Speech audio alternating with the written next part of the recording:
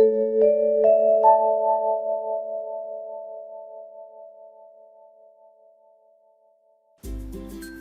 my friends. In today's video we're going to discuss the comparisons between Western allopathic medicine and alternative medicine. This will be my top 10 list, and it's bound to miss and leave out many things, so I encourage everybody who's got some insights to share them in the comment section so that we can all gain from your insights as well. Alright, let's get started. Western medicine number 1. Insurance. In many instances there is greater financial coverage for Western medicine. Sometimes this can be related to the ties with the government and our employers, and it can also be related to a lack of understanding that there might be value outside of Western medicine. So it's almost a putting all of our eggs in one basket, so to speak. Insurance for alternative and holistic medicines is often at times the coverage is very limited. We're only starting to see now how, in the more recent times anyways, how things like acupuncture is being covered, naturopaths are being covered, chiropractors, massage therapists are being covered, but only to a limited extent. It's not as great an extent as insurance coverage for Western medicine. Number 2. In Western medicine, they offer help for bone breaks, surgeries, and diagnostic testing. In alternative medicine, they don't offer surgery. They may examine the tongue, your pulse, eyes, or use symptomology to understand the client's condition.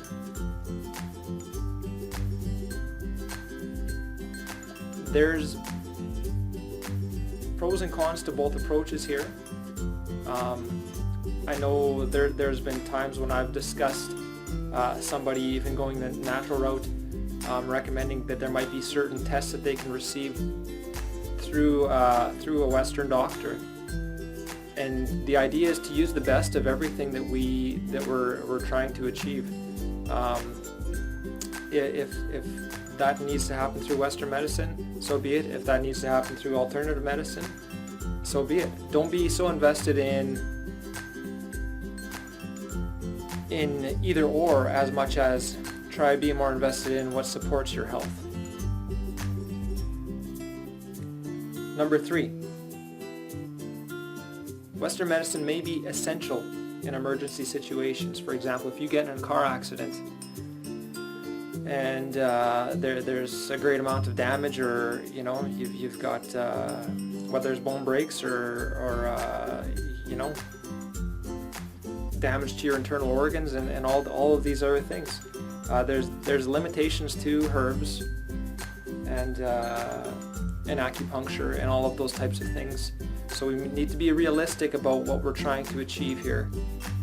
Surgery is, in my mind, necessary, and essential surgeries are probably one of the things that I am most supportive in relation to Western medicine. With alternative and holistic medicine, they may offer certain emergency situations as well. So it's important to be open to such things. I know when we talk about a heart attack, somebody might mention how a cayenne can help with a heart attack. There's acupressure, reflexology points that a person can go to in the moments of having a heart attack. So those are very critical situations too, and we can't think that Western medicine is the be-all, end-all. Just because we're not educated otherwise.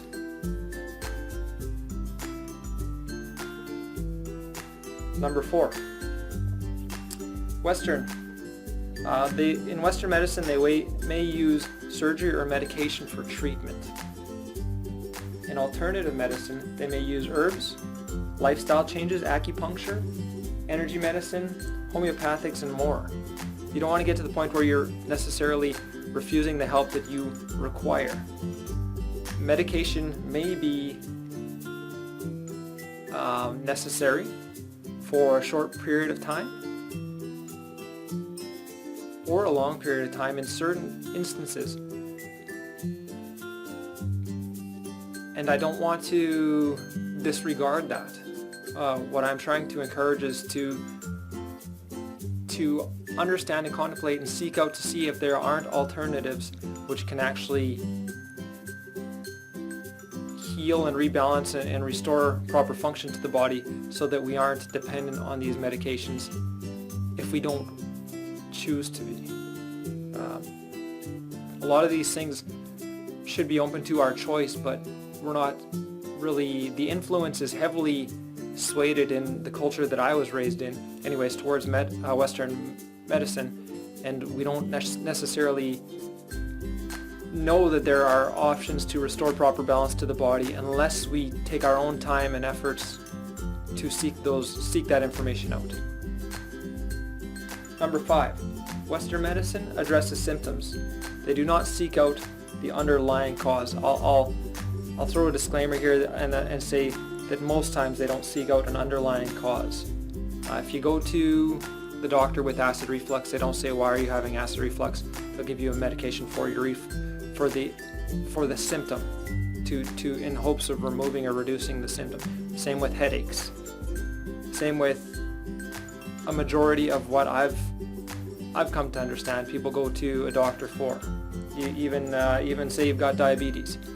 They're not looking at what caused that diabetes, and they're not addressing the cause. What they're doing is they'll address the symptoms, and they'll medicate the symptoms, which means that you'll require that medication to treat those symptoms from then on. With alternative and holistic medicine, they seek to address and correct the cause, which in turn alleviates the symptoms that the cause was producing. Do you understand? If you take the time, take a moment to consider this, this only makes sense, right? We would have to be told otherwise in order to believe it. And many things that we're trying to do in life, all we're ever trying to do is trying to correct the cause. And this is how if you don't already think this way, I'm going to encourage you to try to challenge your old behavior and begin to think, whenever you're trying to influence change on something, you always want to influence and adjust the cause, not the symptoms and not the problems that come from the cause. You want to change the cause, and this will address and shift everything, all of the expressions of that cause. Number 6, Western medicine can create a dependence on medication, and this comes from treating the symptom rather than addressing the cause. In alternative medicine, after the cause has been found and corrected, if possible, there may no longer be any need for supplemental requirement. Number 7, in Western medicine, the medications increase toxicity in the body. I often say to people that I'm trying to offer direction to that these pharmaceutical medications, these are not vitamins and minerals. These aren't nutrients that the body requires. These are chemicals. They're synthetic. They're not designed to improve health and supplement the body, what the body requires. In alternative medicine, they can actually influence the body to remove toxins from the body. So their approach isn't to increase the toxic load on the body. It's actually to reduce it. Number 8. Number 8 is nutrition. Doctors receive very little education on nutrition. Now, I've heard that it can be approximately 3 hours only of education on nutrition throughout their whole study. In alternative and holistic medicine, now this would depend on which type of modality that you're actually seeking help with. But a lot of them, or many of them, understand that the specific bodily functions require specific nutrients to function optimally. One example that I'll give is when we have a thyroid disorder. Some might say hypothyroid, we'll take for example. Western medicine doesn't always point you towards the nutrients behind it, whether it's iodine, whether it's selenium. But if you go and see a naturopath, those will be the things that they're testing for, and they'll understand.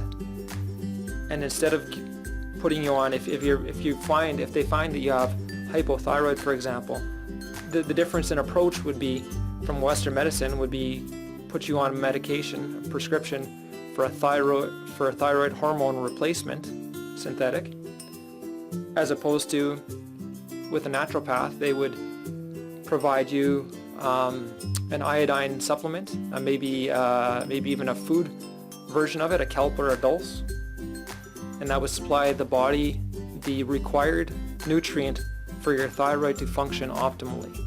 That's an example, right? And there's many examples which we can point to that are expressing the exact same scenario. Number 9. In Western medicine, medications and surgeries can have severe complications and side effects, which may lead to a cascade relying on even more medication to treat the new symptoms. In alternative medicine, herbs do not have the severe complications and side effects that the pharmaceutical medications do. Many of the herbs are food. I'll tell a quick story.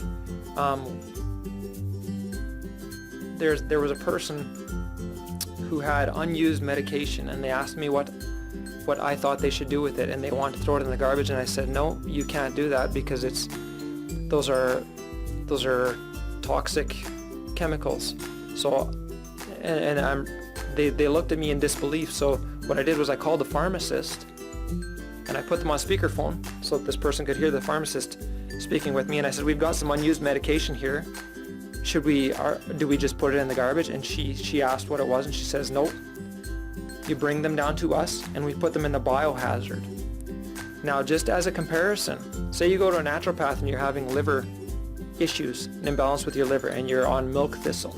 They give you milk. These are foods. These are herbs, right? These are plants. Or you're on dandelion. Now, when you're done with your dandelion, or say you didn't use it all and you've got leftover dandelion, what do? You don't have to throw it in the garbage. You don't have to throw it in the biohazard. You open up the capsules and you put it in your plants. And it provides more nutrients for your plants to grow. So are you starting to see the difference of one modality, Western medicine, you have to put your unused medication into a biohazard, and with the naturopathic stuff or the natural stuff, you just recycle it back into the earth, basically. So now, what do you consider your body to be? Do you consider your body to be a biohazard container full of toxins, and that's where you want to put these toxins? Or do you want to consider these natural sources, things that are so safe that we can just put back into the earth and it'll help our plants grow, right? So it's just a consideration. Number 10. This is maybe what I find most valuable, and I can understand if it's not what everybody else is going to find most valuable about this list. But I see value in empowerment, and that's how I've learned to measure a lot of things. So this one here is a big one for me.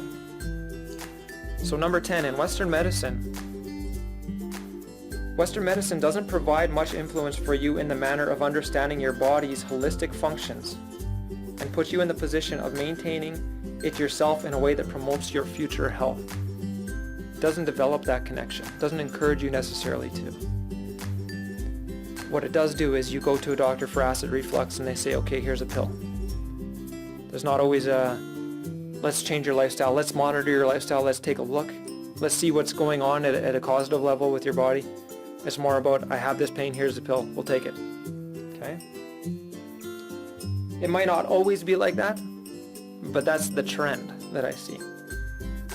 In alternative and holistic medicine, it encourages you to have that awareness of what you eat, think, and do, and how that affects your body. And also to be mindful on making healthful choices rather than not changing things that contribute to a condition and simply medicating it. There's a couple extra things that I wanted to add on top of this list. And with Western medicine and alternative medicine, it's important to understand if a person is motivated to change. I've seen a lot of people with illnesses suffer and struggle. Sometimes it's because they're not motivated, and sometimes it's because they actually are looking for direction and they are interested in doing better. But sometimes that information is hard for them to find. And when we're interested in health and healing the body and restoring proper function to the body, this isn't necessarily the education or the treatment that we receive in Western medicine. So we have to understand to start seeking out alternatives. Another thing I want to point out was when they talk about Western medicine, a lot of people bring up the term reductionistic rather than holistic. In alternative medicine, whether you're talking traditional Chinese medicine, Ayurveda, all of these things, they've got that holistic flavor, which means if I come to you for a thyroid problem, reductionistic in Western medicine, it says, okay, thyroid isn't working properly. We're either going to give a medication to change what that thyroid's doing, and if we can't, we're going to cut it out. We're going to remove it. In holistic, it says, okay, what's going on with the thyroid? And well, if we can't address it with the nutrient, what else is affecting that? What else in the body's holistic system is creating an effect on that thyroid? So it's not ever saying, let's cut the thyroid out, it's not working properly. It's saying, okay, didn't address it. We need to find out what is influencing the thyroid to have that expression, rather than just remove it. We weren't born with these body parts, extra body parts, to be reckless with them. There's a healthful way, and many people are restoring the body's optimal functions. This isn't anything new. Allopathic Western medicine is a couple hundred years old at best. Prior to that, what we had was nature's medicine. We had the traditional Chinese medicine. We had Ayurveda. We had herbs, all these types of things. And what a lot of people also don't understand is this science that we've come to rely on with Western medicine. If you do your research, you will find that a lot of that has already been proved false and erroneous. Western medicine is a business, and sometimes the marketing for these drugs or for these treatments is done in a way to mislead us so that they can still benefit from us by us supporting them and in turn giving them our money. So we have to question at a certain point, what are we invested in? Are we invested in a belief system or a preference, or are we invested in our health? And if we're invested in our health, we can't let our preferences or beliefs get in the way. We have to seek out who is going to be able to support us healthfully restoring our body. This is a very valuable conversation, and I appreciate anybody sharing their insights so that others beyond myself can have things to consider. This discussion doesn't end here. It's an important one that we have to keep on looking at all of these things as they come up. Western medicine will continue to make advances, as will holistic and alternative medicine. So we have to keep having these discussions and always be mindful to see how we can grow in our understanding and gain more awareness. In closing, I wanted to encourage everybody to share this video with their friends and family, especially if they're going through health issues. My heart goes out to anybody who's got a condition and they're tied to a modality that isn't invested in, or might not have the proper tools to help them get to where they need to go. I don't believe we come here to suffer, so I don't support that. I challenge all the expressions that don't want us to be independent and empowered and raise beyond our limitations towards our potential. So please share this with those that you think might be looking for these types of information and this type of value. Have a great day.